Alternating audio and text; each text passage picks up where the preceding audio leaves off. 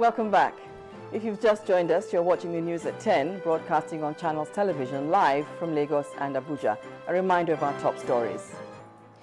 The World Health Organization, W.H.O, declares the Ebola spread in West Africa an international health emergency. The President announces a $12 million Ebola emergency fund as government confirms 2 new cases. Osun State goes to the polls tomorrow to elect their governor. Security heightened across the state. And United States launches an airstrike against Iraqi militants.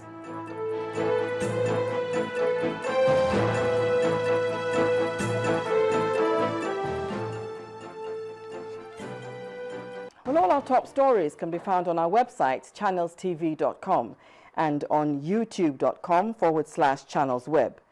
Visit m.channelstv.com to view us live on your mobile device. You can also download the Channels TV app for Android, iOS, and Windows phones from their respective stores. We urge you to please interact with the Channels Eyewitness feature on our Android, iOS, and Windows 8 platforms.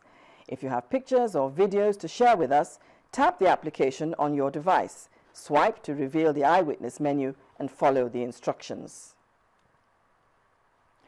Well, as part of efforts in tackling the Ebola virus scourge, Lagos State Governor Babatunde Fashola has visited the isolation ward being prepared for suspected Ebola cases at the Lagos Mainland Hospital. The governor, who said he was impressed with the work so far done, pointed out that the Ebola virus disease does not necessarily translate to a death sentence.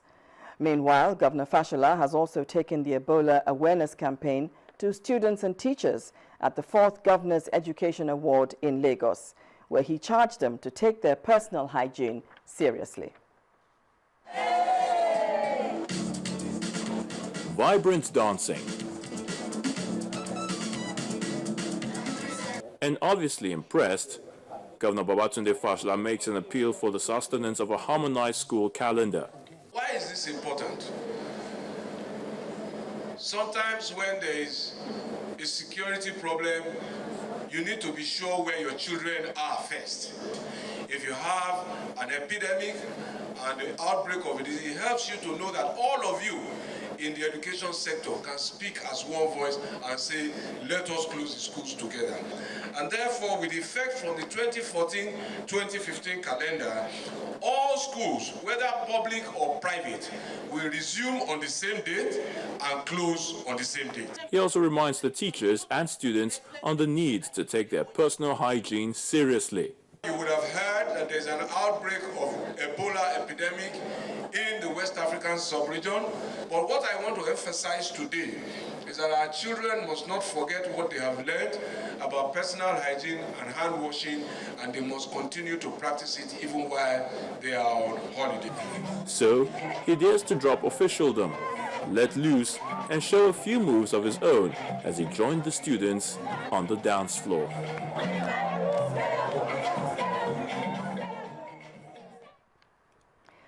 The Nigerian Civil Aviation Authority, NCAA, today suspended Air Gambia from flying into Nigeria. Air Gambia is one of the major airlines flying passengers from Guinea, Freetown, and Monrovia, and these are areas hugely infected by the Ebola virus disease.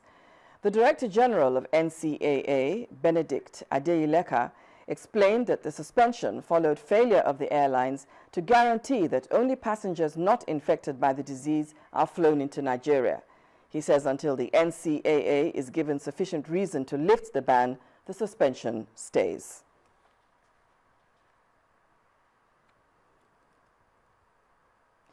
So now let's join Linda Akigbe, who's reporting from Abuja. Hello, Linda. Hello, Bimbo, and welcome to the nation's capital. Despite repeated calls from the federal government and other concerned Nigerians urging doctors to return to work, members of the Nigerian Medical Association seem resolute in their decision to continue with industrial action. The Secretary General of the Lagos branch of the NMA, Dr. Babajide Saheed, said the decision to continue with the strike was unanimous after an emergency delegates meeting which held in Abuja from Wednesday to the early hours of Thursday. When we now realize that the government is not being sincere with all the documents we have signed with them, with the thing they're supposed to do, everyone now agree that we should not call off the strike because we don't want to come back again. It's better we resolve the issue once and for all, for the betterment of Nigeria people.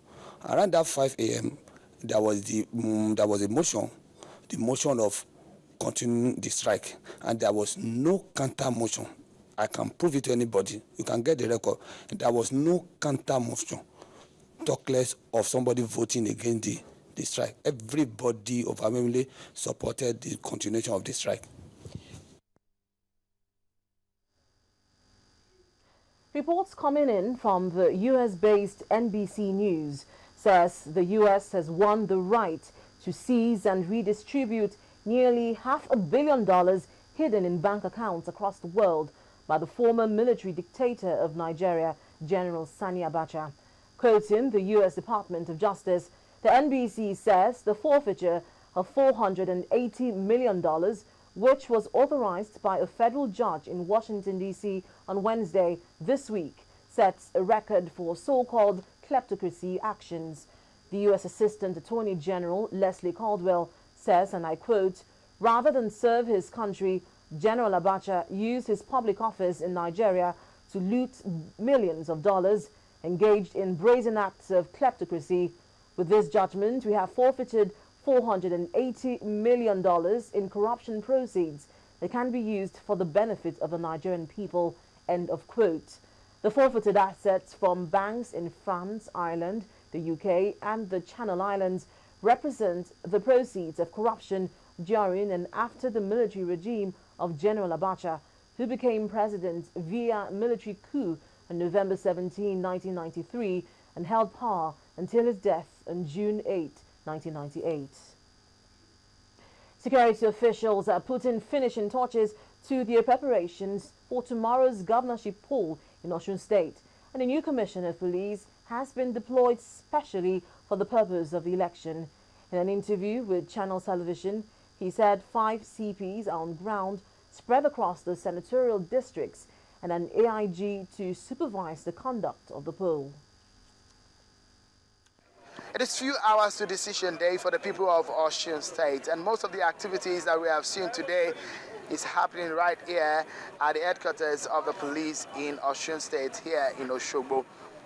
Well, there is a new commissioner of police in town who is deployed specially for this election.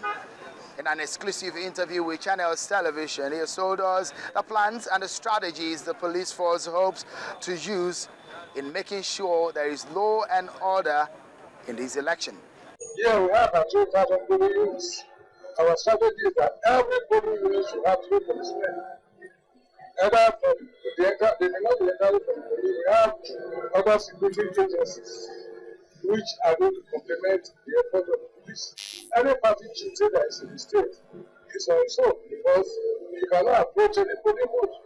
But for you to approach any polling booth, you must have a permanent voter's card.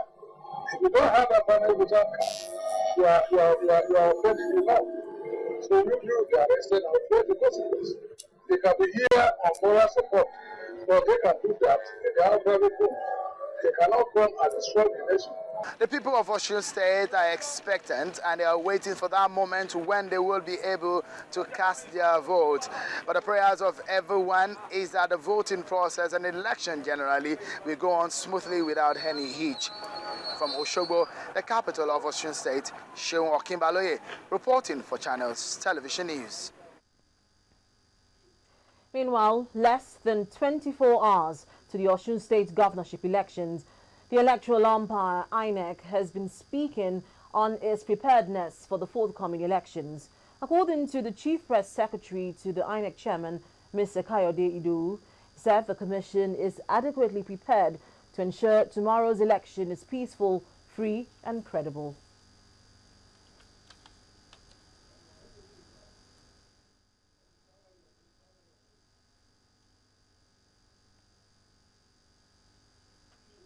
When News at 10 returns, cement manufacturers tackle Standard Organization of Nigeria on new production guidelines. That's on Business News. Join us again.